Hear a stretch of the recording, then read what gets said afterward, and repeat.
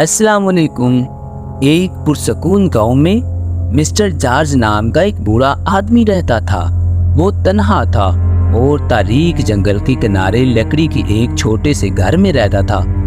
गांव वालों ने कहा उनसे कि यहाँ मत रहो, जंगल में खौफ है। लेकिन मिस्टर जॉर्ज भूतों या राक्षसों पर यकीन ही नहीं रखते थे। एक सर्द शाम जैसे ही सूरज गरूब होने लगा, मिस्टर जॉर्ज ने अपने घर के बाहर एक अजीब सी आवाज सुनी। ये पत्तों को कुचलते हुए भारी कदमों को तरह लगती थी।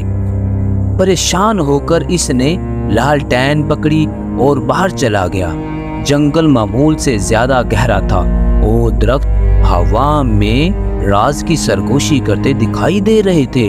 अचानक इसने देखा कि ये एक बहुत बड़ा रीछ था जिसकी स्याह खाल और चमकती सुर्ख आंखें थी। रीछ ने मिस्टर जॉर्ज की तरफ देखा और इसकी रीढ़ की हड्डी के नीचे एक ठंडक दौड़ गई। लेकिन मिस्टर जॉर्ज भागने की बजाय साकत खड़े रहे। रीछ धीरे धीरे इसकी तरफ बढ़ा और जैसे ही वो करीब आया, मिस्टर जॉर्ज ने कुछ अजीब देखा। रीछ की खाल मोटी थी, काली कीचड़ से ढकी हुई थी और इससे सड़ी हुई लकड़ी की बदबू आ रही थी। मिस्टर जॉर्ज ने एक कदम पीछे हटाया, लेकिन रीछ पहले ही बहुत करीब था।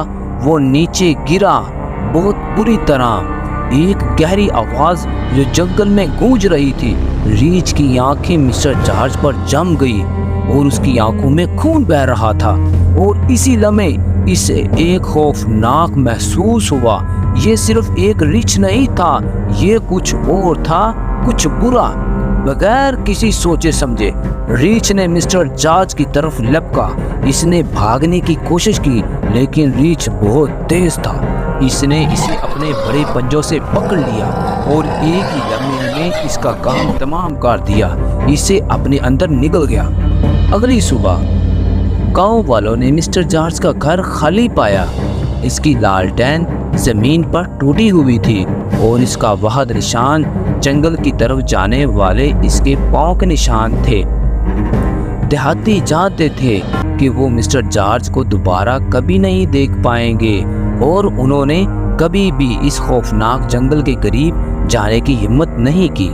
इस कहानी से हमें सबक मिलता है कि अगर हमें कोई हमारे बड़े रोकते हैं कि इस जगह पर मत जाओ, तुम्हारे लिए खतरा है, तो हमें अपने बड़ों की बात या दूसरे लोगों की बात पर अमल करना चाहिए। अस्सलाम वालेकुम।